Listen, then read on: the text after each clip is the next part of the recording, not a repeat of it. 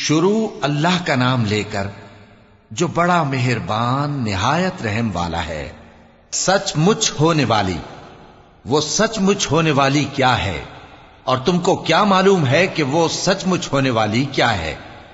وہی کھڑکھڑانے والی جس کو سمود اور عاد دونوں نے جھٹلایا۔ سو سمود تو زبردست زلزلے سے ہلاک کر دیے گئے، رہے عاد تو ان کو نہایت زوردار آندھی سے تباہ کر دیا گیا۔ اللہ نے اس کو 7 رات اور 8 دن ان پر چلائے رکھا۔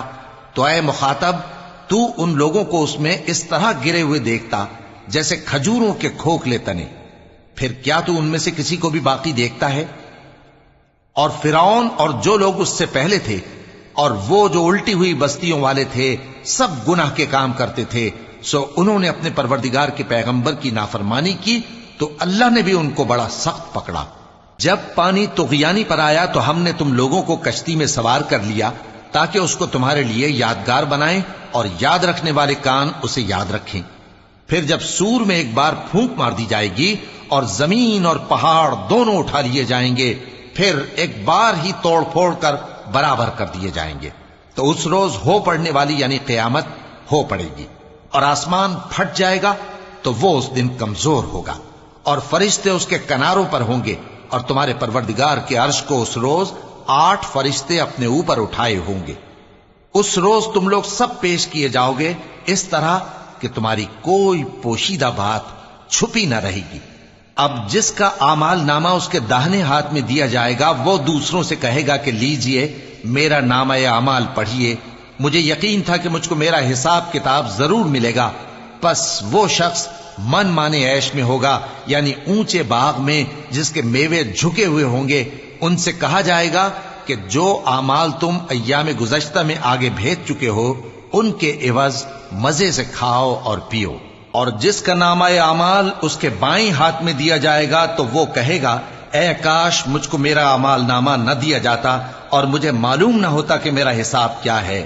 اے کاش موت میرا کام تمام کر چکی ہوتی، آج میرا مال میرے کچھ بھی کام نہ آیا، مجھ سے میرا اقتدار جاتا رہا۔ حکم ہوگا کہ اسے پکڑ لو، اب اسے طوق پہنا دو، پھر دوزخ کی آگ میں اسے جھونک دو، پھر زنجیر سے جس کی لمبائی 70 گز ہے جکڑ دو۔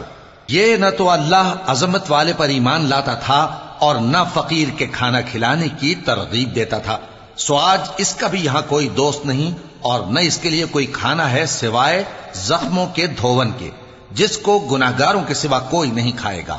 سو میں ان چیزوں کی قسم کھاتا ہوں جو تم کو نظر آتی ہیں اور ان کی جو تمہیں نظر نہیں آتی، کہ یہ قرآن ایک معزز فرشتے کا پہنچایا ہوا کلام ہے، اور یہ کسی شاعر کا کلام نہیں، مگر تم لوگ بہت ہی کم ایمان لاتے ہو، اور نہ کسی کاہن کا قول ہے، لیکن تم لوگ بہت ہی کم غور و فکر کرتے ہو۔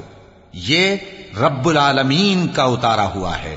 اور اگر یہ پیغمبر ہماری نسبت کوئی بات جھوٹ بنا لاتے تو ہم ان کا داہنا ہاتھ پکڑ لیتے، پھر ان کی رگے گردن کاٹ ڈالتے، پھر تم میں سے کوئی ہمیں اس سے روکنے والا نہ ہوتا۔